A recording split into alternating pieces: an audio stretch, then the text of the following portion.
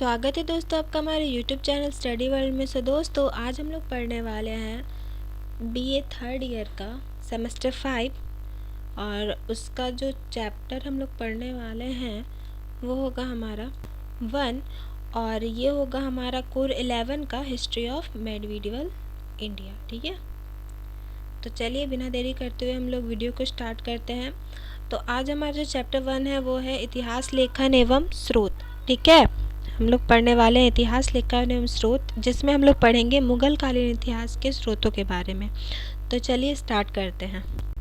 जैसे कि यहाँ पे आप लोग देख सकते हैं इतिहास लेखन एवं स्रोत लिखा हुआ है। ठीक है, सबसे पहले हम लोग मुगल कालीन इतिहास के बारे में पढ़ते हैं। तो जैसा कि हम लोग जानते हैं मुगल कालीन इतिहास हम लोग बचपन से पढ़ते आ रहे हैं, जब से हम लोग स्कूल जाना स्टार्ट किया है। ठीक है, तब से अगर हम लोग पढ़ रहे हैं तो हम लोग अगर हिस्ट्री पढ़ते हैं तो हम लोग मुगल कालीन इतिहास के बारे में तो ज़रूर ही पढ़ते हैं। ठीक है, इसमें बाबर, हुमायूं, अकबर आते ही हैं। तो भारत और दिल्ली सल्तनत के इतिहास के रूप में अगर देखा जाए तो मुगल कालीन इतिहास जो है बहुत ही महत्वपूर्ण भूमिका निभाती है। ठीक है, इसे हम लोग इस्लामी तुर्क मंगोल साम्राज्य बोलते हैं। ठीक है, ये एक इस्लामी तुर्की मंगोल साम्राज्य है जो कि 1526 ईस्वी में शुरू हुआ था और 19वीं शताब्दी तक उसके मध्य में आते हुए ये समाप्त हो चुका था।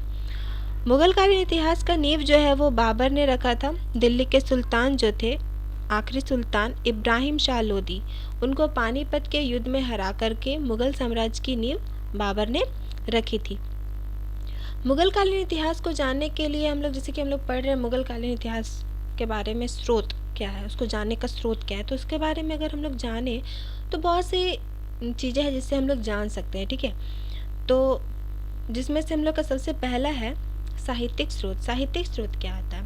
साहित्यिक यानी कि कोई किताब, कोई ग्रंथ, है ना, वैसी चीज़ें जो कि लिखित रूप में हो उसे साहित्यिक स्रोत कहते हैं। तो मुगल कालीन इतिहास को जानने में साहित्यिक स्रोत भी महत्वपूर्ण भूमिका निभाती है, क्योंकि इस पर हम लोग क्या कर सकते हैं, एक तरीके से 80% तक इस पर विश्वास कर सकते हैं। ठीक है, 10 to 20% नहीं कर सकते क्योंकि इसमें कुछ मनगढ़ंत कहानियाँ भी लिखी जा सकती है, लेकिन 80% तक इसे विश्वास इसमें लाया जा सकता है। ठीक है, सबसे पहला है इसमें हिंदू धर्म ग्रंथ। हिंदू धर्म ग्रंथ यानी कि हिंदू धर्म में जितने भी ग्रंथ है उस काल के, जिस समय मुगल काल स्थापित हो चुका था, तो उन सभी ग्रंथों में तो मुगल कालीन इतिहास के बारे में कुछ न कुछ तो जानकारियाँ मिली ही होंगी। उससे संबंधित किसी राजा के साथ युद्ध हुआ तो उससे भी मुगल काल के साम्राज्य का जो विस्तार था, उस समय के राजा कौन थे, ठीक है, कौन से समय में कौन से राजा थे, तो ये सब की जानकारी हमें हिंदू धर्म ग्रंथ से मिल सकती है।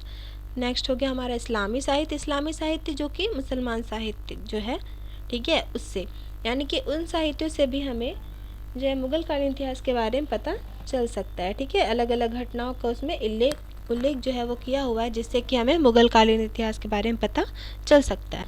लास्ट है हमारा क्षेत्रीय ग्रंथ। क्षेत्रीय ग्रंथ यानी कि मुगल कालीन इतिहास को जानने का एक प्रमुख स्रोत जो है वो क्षेत्रीय ग्रंथ भी है, जो कि अलग अलग क्षेत्रीय भाषाओं में लिखा हुआ है। जैसे कि हम लोग झारखंड में रहते हैं, ठीक है, कोई बिहार के हैं, कोई छत्तीसगढ़ के, कोई मध्य प्रदेश के, तो सब तरफ की अलग अलग क्षेत्रीय भाषा होती है। तो उस समय का जो साम्राज्य था, वहाँ के जो अलग अलग क्षेत्र थे, वहाँ के जो ग्रंथ है उससे भी हमें मुगल कालीन इतिहास के बारे में बहुत सी महत्वपूर्ण जानकारियाँ मिलती हैं।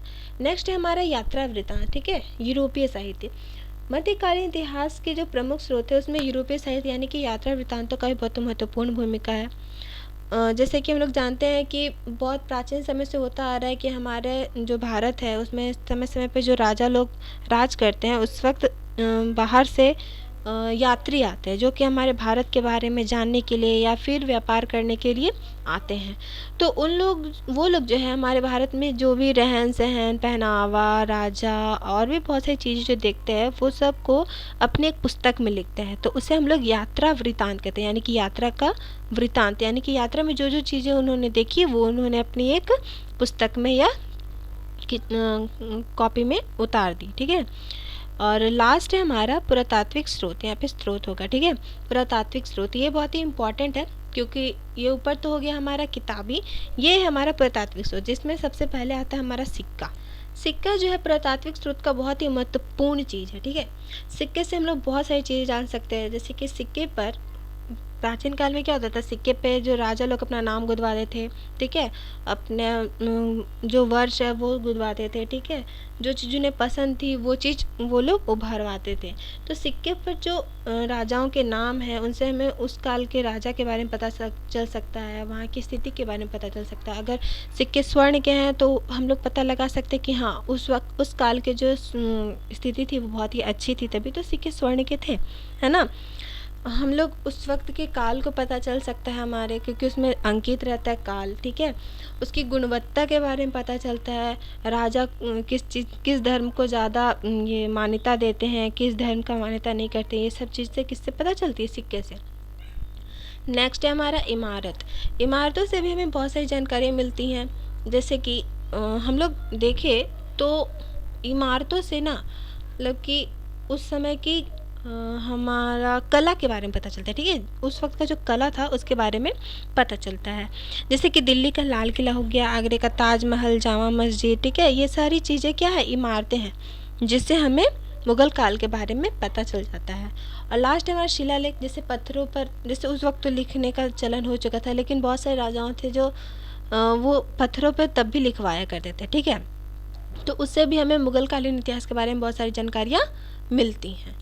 तो ये था हमारा मुग़ल कालीन भारतीय जो इतिहास था, ठीक है, उसका स्रोत, कि हम लोग मुग़ल कालीन इतिहास को जानने में कौन कौन से स्रोत हैं, यानी कि कौन कौन सा स्रोत है जिससे हम लोग मुग़ल काल के इतिहास को जान सकते हैं। तो हम लोग ये सब पढ़ने के बाद हम लोग का ये निष्कर्ष निकलता है कि हमारे पास बहुत सारी ऐसी चीज़ें मौजूद है, ठीक है, बहुत सारी चीज़ें हैं जिससे हम मुग़ल कालीन इतिहास के बारे में अच्छी तरीके से जान सकते हैं। हमारे पास अनेकों ऐसे स्रोत हैं, ठीक है, इसलिए मुग़ल कालीन इतिहास की लगभग पूरी जानकारी जो है वो हमारे पास अभी पड़ी हुई है। तो उम्मीद है आपको वीडियो पसंद आया होगा। वीडियो कैसा लगा आप हमें लाइक, शेयर और कमेंट करके ज़रूर बताइए, और आपको जिस टॉपिक से रिलेटेड वीडियो चाहिए आप हमें कमेंट करिएगा, मैं आपको ज़रूर से ज़रूर प्रोवाइड कराने की कोशिश करूँगी। So thank you for watching.